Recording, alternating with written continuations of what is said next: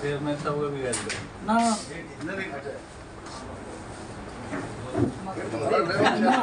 माँ क्यों चले वो बन गई जाओ जी मेनू जी सत्यवान होता लेते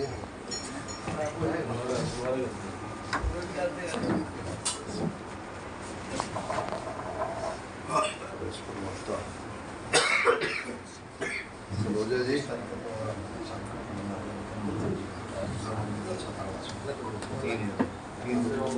सर नमस्कार, कैसे हैं आप? नमस्कार आपको और आप सभी के दर्शकों को भी मेरा प्रणाम।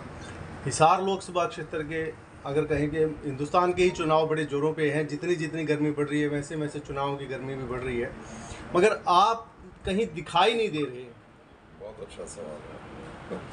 इसका कुछ कारण अभी तक समझ में नहीं आया सर। अब आप जितने पत्रकार बैठे हो, मैं सबके सामने दिखाई तो दे रहा हूँ। अभी आए होंगे 1-2 दिन से। नहीं, जो सवाल आपका है वो ये है कि चुनाव शुरू होने के बाद देरी से कैंपेन में नजर क्यों आए, सीधा सवाल। हमारे कुछ एक सवाल थे, हमारे साथियों के कुछ सवाल थे, हिसार लोकसभा क्षेत्र के मतदाताओं के कुछ सवाल थे, हरियाणा के कुछ सवाल थे जनता के। उन सारे सवालों को पिछले 10 साल से जो हमारी सरकारों ने, चाहे वो केंद्र में थी चाहे हरियाणा में थी, सुलझाने का प्रयास किया। और हर व्यक्ति ये समझता है कि यदि मैं इस जगह होता तो शायद इसको ऐसे सुलझा देता, तो दूसरा जो बैठा था उससे वो उस तरीके से क्यों ना सुलझे। इस किस्म के सवालों और उसको सेटिस्फाई करने के लिए पार्टी के नेतृत्व से, सरकारों के नेतृत्व से चर्चाओं के दौर के चलते हुए व्यक्तिगत रूप से चुनाव प्रचार में आने में देरी हुई। तो क्या ये समझा जाए कि आपके सवालों के जवाब मिल गए? आपको ध्यान होगा, मैंने हिसार के अंदर जब माननीय मुख्यमंत्री नायब सिंह सैनी जी आए निवास स्थान के ऊपर, वहाँ तकरीबन हिसार पार्लियामेंट्री क्षेत्र के प्रमुख 5000 के लगभग सरदारी वहाँ पे थी, जिसमें किसानों की सरदारी थी, जिसमें पहलवानों की सरदारी थी, जिसमें महिलाओं की सरदारी थी, जिसमें कर्मचारियों की सरदारी थी, जिसके अंदर नौजवानों की सरदारी थी, विभिन्न प्रोफेशंस की सरदारी थी, विभिन्न वर्गों की सरदारी थी। उस सरदारी के बीच के अंदर इन सारी बातों की चर्चा करते हुए तुलनात्मक अध्ययन को भारतीय जनता पार्टी के पक्ष में, माननीय चौधरी रणजीत सिंह के पक्ष में फैसला जाने लग रहा था। वो आवाम के बीच में, सरदारी के बीच में उन सवालों की चर्चा करके सरकार के मुखिया के सामने सभी कार्यकर्ताओं की, सरदारों की मोहर लगवा करके ये डिसीजन लिया गया। क्योंकि जब मैं अकेला कोई बात करूं तो उसमें वजन नहीं रहता, जब पूरी सरदारी की समग्रता के आशीर्वाद से और उनके फैसले के साथ कोई डिसीजन बाहर आए तो वो निर्णायक और जीत की तरफ जाता है। तो हमने इस बात को सिद्ध किया, और मैं अपने साथियों से भी कह रहा था, पानीपत के अंदर माननीय मनोहर लाल जी से मेरी एक बैठक थी कुछ लोगों के बीच में, जिसमें कुछ आर्य समाज के लोग भी थे। उसके बाद हमने लोगों में ये चर्चा का विषय रखा था, और मुख्यमंत्री जी की और माननीय रणजीत सिंह जी की प्रेजेंस के अंदर कि वो इन मसलों को लेकर के देश की संसद में प्रमुखता से काम करेंगे, और हरियाणा में मुख्यमंत्री इन विषयों को अटेंड करने के लिए विशेष तौर से काम करेंगे, और मैं उनके सहायक के रूप में, उनके साथी के रूप में पूरी सरदारी के विषयों को निर्णायक दृष्टि से सुलझाने में काम करने में सहयोग करूंगा और आज हम इन ताकत को जिताने में काम करेंगे। इन विषयों को सबके बीच में कहा गया और जब पब्लिक निकल कर के आती है तो उस दिन से पहले का जो सट्टे का रेट था, उसके बाद के सट्टे की रेट के अंदर मैं अपने साथियों से कहता था कि किसी को पैसे कमाने का शौक हो तो ये कल फैसला जो आप करने जा रहे हो इसका आप सट्टा लगा सकते हो। और ये हुआ। 14 तारीख से पहले जो सट्टे का रेट था और 14 के बाद का जो सट्टे का रेट है वो इस बात को इंगित करता है कि आवाम और समग्रता के साथ खड़ा हुआ है और हमारे जो कैंडिडेट की जीत है, हमारी पार्टी की जो जीत है वो आगे बढ़ने लग रही है, जीत का मार्जिन और ज़्यादा बढ़ने लग रहा है।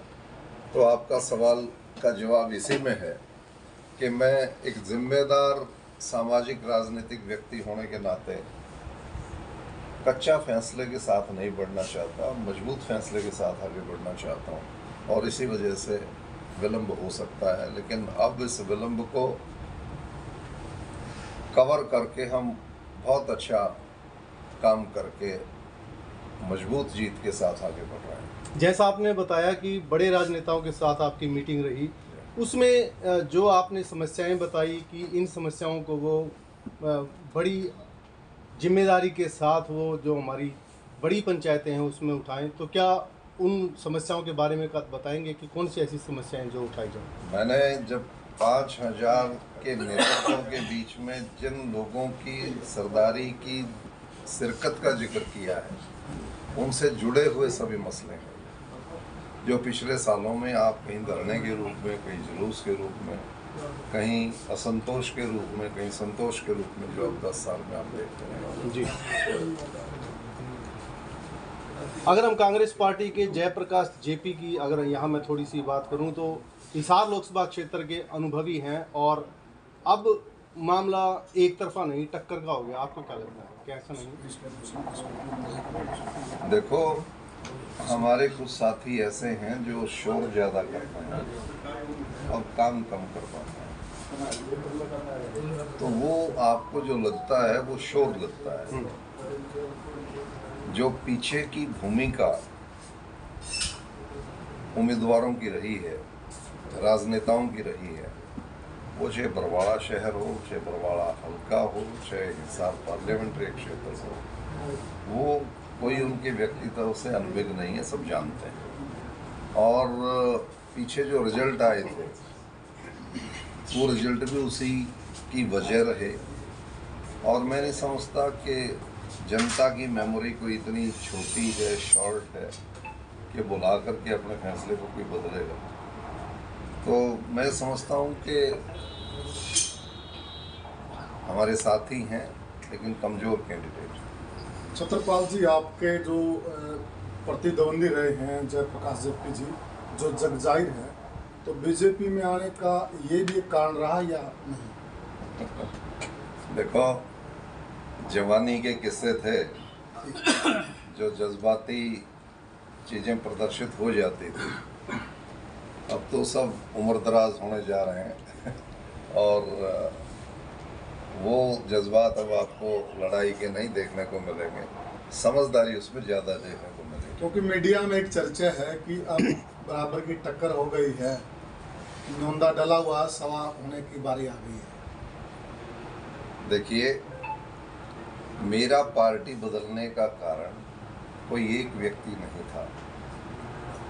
मेरा पार्टी बदलने का कारण पार्टी के अंदर धड़ेबंदी, गुटबंदी और व्यक्तिगत खिंचाव के साथ पार्टी की विचारधारा को गौण कर देना, ये विशेष भूमिका का उसमें हिस्सा रहा था। और राजीव जी का जाना और सोनिया जी का कुछ एलिमेंट्स थी जिसकी वजह से वो इलाज के लिए बाहर रही उन दिनों, तो जो सुलझाने में मदद वो कर देती थी चीज़ों को, वो उस वक्त एक्टिव नहीं थी। और हमारे नौजवान साथी राहुल जी आए थे, वो उस वक्त इतने परिपक्व नहीं थे। तो वक्त था जब देश का फैसला मोदी जी के पक्ष में जा रहा था और देश को ये लगता था कि अब इन परिस्थितियों में भारतीय जनता पार्टी मोदी जी के नेतृत्व के अंदर कुछ अच्छा करेगी, और 10 साल के अंदर वो कंपैरेटिवली आपने देखा भी जो फ़र्क था। तो मुझे कोई रेगरेट नहीं है पार्टी बदलने का, मुझे कोई असंतोष नहीं है किसी किस्म का। और मैं तो ये जिस दिन मनोहर लाल जी मुख्यमंत्री पद से चले गए थे और नायब सिंह सैनी आए थे, तो उस दिन विशेष तौर से चंडीगढ़ में मैंने उनको कम्प्लीमेंट्स दिए थे। मैंने कहा जो सर्विसेज रिक्रूटमेंट के मामले में और ट्रांसफ़र पॉलिसी बना करके 2 विषय आपने जो विशेष तौर से लिए, वो मैं किसी भी स्टेज के ऊपर उसको आपकी तारीफ में कह सकता हूँ। और वही एक वजह थी जो MLAs, मंत्रीज़, MPs, मिनिस्टर्स के पीछे कर्मचारियों की, अधिकारियों की या बेरोज़गारों की टीम पीछे नहीं दौड़ती थी। उनके घरों की भीड़ कम इसीलिए हुई थी क्योंकि नौकरियां वहाँ से नहीं लगती थी, ट्रांसफ़र्स वहाँ से नहीं होते थे। कंप्यूटर पॉलिसी के आधार पर ट्रांसफ़र करता था और सर्विसेज उनकी जो सक्षमता थी उसके आधार पर फैसले करता था। तो इसलिए नेताओं के पीछे भीड़ जो ख़त्म होने का कारण हुआ वो मनोहर लाल जी का वो फैसला था, जिसका आज के चुनाव में भी बहुत सारे परिवार अक्रॉस दी कास्ट कम्युनिटी और एवरीथिंग आज बीजेपी को वोट ये करने लग रहे हैं कि हम बिना पर्ची बिना खर्ची के रिक्रूटमेंट हमारी आएगी। आपके आने के बाद क्या हुआ जी? मुकाबला आप 19-21 मान रहे या 10-20 हो गए? नहीं, मैं नहीं समझता कि हिसार में कोई मुकाबले की बात अब रहेगी। ये ठीक है, इनिशियली शोर से लगता था कि शायद कहीं मुकाबला है, वो शोर भी अब धीरे धीरे शांत होने लग रहा है। और हमारे नौजवान साथी, क्योंकि देखो ये बात कहने में मुझे तकलीफ नहीं है, प्रजातांत्रिक विषयों के अंदर जब किसी का रास्ता रुकता है तो सरकार के ऊपर दोष चला जाता है। तो कहीं ना कहीं सरकार से पीड़ा जाहिर की नौजवानों ने और ये प्रदर्शन करने का कोशिश किया कि देखो यहाँ मेरा गांव है तो मैं रोक भी सकता हूँ। रोका किसी ने नहीं, रोक सकता हूँ का मैसेज दिया गया। तो हमारी सरकार को इसे समझना चाहिए कि जब महेंद्र सिंह टिकैत ने किसानों के सम्मेलन किए और दिल्ली बोट क्लब के ऊपर जनता कितने दिन तक बैठी रही, तो पंजाब का, हरियाणा का किसान यदि दिल्ली में चला भी जाता तो कोई तकलीफ़ की बात नहीं होनी चाहिए थी। सरकार को कुछ व्यवस्थाएं करके उनकी बात को सुन लेना चाहिए था। लेकिन बॉर्डर के ऊपर रोकने से, रास्ते में रोकने से उनका जो रोष है, वो तकलीफ़ है, वो सही है और वो चुनाव के समय में दिखाता है। लेकिन जो तुलनात्मक अध्ययन है, वोटिंग में चोट नहीं कर रहा है, वो अपने गुस्से को प्रदर्शित किया उसने, वोटिंग में चोट नहीं कर रहा है, बल्कि किसी बहुत सहज व्यक्ति तब ने ये देखा यार सरकारें तो कर देती हैं, तुम्हें अपने गांव में नहीं करना चाहिए। अब ये विषय कहीं ना कहीं बीजेपी के वोट को बढ़ाता भी है वहाँ। तो ये ठीक है, एक्शन की रिएक्शन है, न्यूटन का 3rd लॉ है, principle of 3rd law of Newton है, तो वो पार्लियामेंट्री डेमोक्रेसी में चलता है। कभी सरकार को लॉ एंड ऑर्डर मेंटेन करने के लिए सख्ती करनी पड़ती है, कहीं जनता को आक्रोश में आकर के अपने बात का प्रदर्शन करना पड़ता है। अच्छी बात यह है कि कोई क्लैश ना हो, अच्छी बात यह है कि किसी के काम में रुकावट ना आए, अच्छी बात यह है कि कोई कैजुअलिटी ना हो। पार्लियामेंट्री डेमोक्रेसी के अंदर संविधान हमें अपनी बात को कहने का हक देता है, राइट देता है, और हमें उसका हनन नहीं होने देना चाहिए। लेकिन अपनी बात को प्रदर्शित करते वक्त हमें शालीनता भी रखनी चाहिए। ये हमारी शिक्षा, दीक्षा और मैच्योर जो पार्लियामेंट्री डेमोक्रेसी है उसको प्रदर्शित करता है। 47 में देश आज़ाद हुआ था, अंग्रेजों के खिलाफ जिस तरीके से हम लड़े थे, अब के प्रदर्शन में शालीनता हमारी और ज़्यादा बढ़ जानी चाहिए यदि कोई विषय सरकार का डिसीजन ठीक नहीं लगता है तो। भूपेंद्र सिंह हुड्डा वैसे तो हरियाणा में कांग्रेस को बचाने के लिए पूरी कोशिश कर रहे हैं, मगर फिर भी थोड़ी सी गुटबाजी है जो कांग्रेस को किसी अलग ही दिशा में ले जा रही है। ऐसा नहीं लग रहा आपको? मैंने तो बात ये स्वयं आपको कही कि मैं तो इसी विषय को देकर के पार्टी छोड़ करके आया था कि जहां विचार गौण हो जाए और व्यक्ति तो सिर्फ सेल्फ सर्वाइवल की बात सोचे और वही फिर उनकी ताकतों को धड़े में बांट देता है, जो ना राष्ट्र के हित में होता है, ना पार्लियामेंट्री डेमोक्रेसी के हित में होता है, और ना जो उच्चस्थ लेवल की जो विचारधारा है राष्ट्रीय हित में उसके हक में रहता है। कांग्रेस पार्टी की विचारधारा, भारतीय जनता पार्टी की विचारधारा या किसी दूसरे पार्टी की विचारधारा, सभी तो ये कहते हैं हम देश को मजबूत करेंगे, आवाम का भला करेंगे। आतंकवाद लाने की तो कोई नहीं कहता ना। फिर व्यक्ति ही हैं जो उस विचारधारा को ठीक लेके जा रहे हैं या उसे भ्रमित कर रहे हैं, ये उन्हीं के कैरेक्टर के ऊपर निर्भर करता है।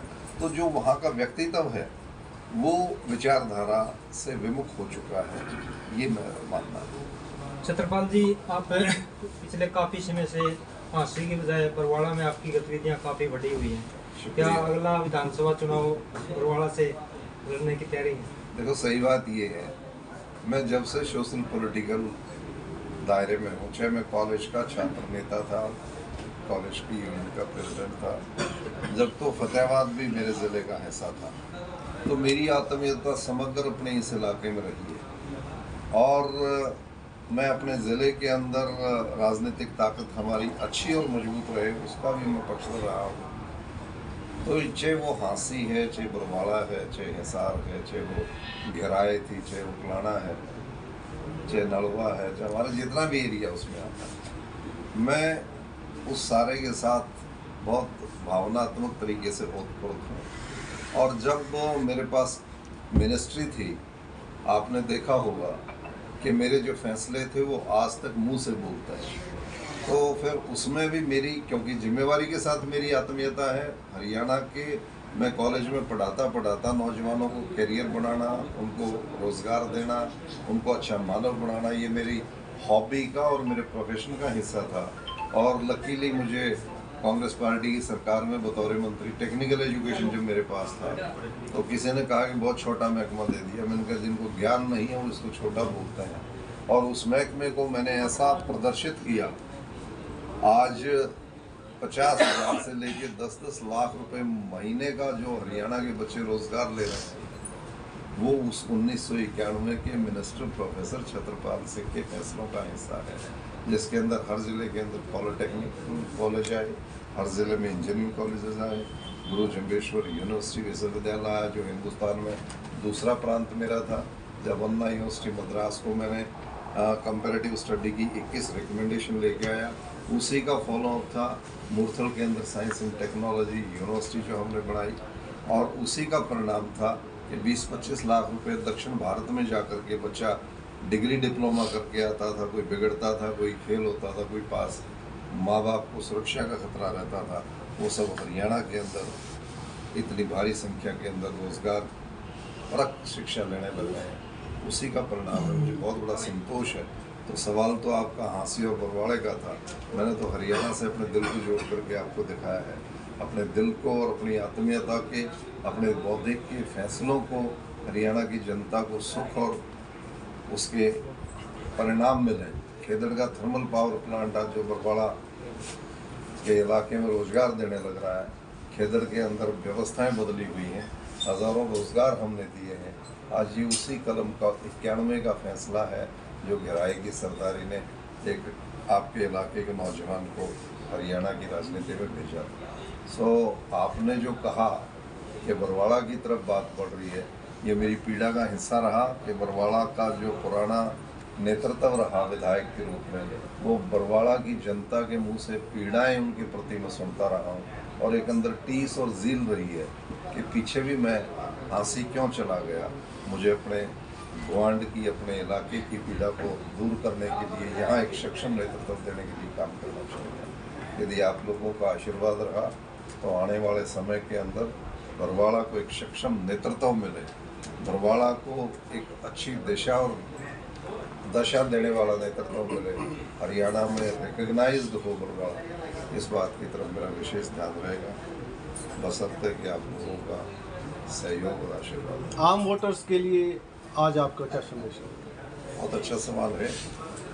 47 के अंदर और उससे पहले के नौजवानों ने जिस भारत से प्रेम, जिस भारत की मानवता से प्रेम दिखाते हुए फांसी के फंदों को चूम लिया था, उन्होंने आपको जो वोट का अधिकार दिलाया है, आपको ये फैसला देने का अधिकार दिलाया है कि जो सरकार बनेगी वो आपके द्वारा और आपके लिए बनेगी। तो सरकार का चुनाव आपको करना है। तो आप ये चुनाव करते वक्त तुलनात्मक दृष्टि से कैंडिडेट कैसा हो, पॉलिटिकल पार्टियां कैसी हों, वो बहुत सोच समझ करके निर्णय लेकर के आपको अपना बटन दबाना है और 100% वोट आपको डालना है। यदि कोई वोट नहीं डालता है तो उन अंग्रेजों के खिलाफ शहादत देने वाले इन वीर शहीदों का अपमान करता है, उनके प्रति दिए हुआ जो ऋणी है उनके, उस ऋण से वो ऋण नहीं हो रहा है। और जो मेरिट के ऊपर नहीं वोट डालता है, कहीं किसी लालच में, कहीं किसी और दूसरे दबाव के अंदर यदि वोट प्रभावित करता है, तो वो भी उसी दिशा के अंदर काम कर रहा है। तो आज सबको अपने स्वतंत्र मानसिकता के साथ मतदाताओं को बिना भय के, बिना राग द्वेष के, उनको एक उच्च व्यक्तित्व, उच्च पॉलिटिकल विचारधारा की सरकार बनाने के लिए 100% मतदान करना चाहिए। ये मेरा निवेदन है। Thank you sir, thank you so much.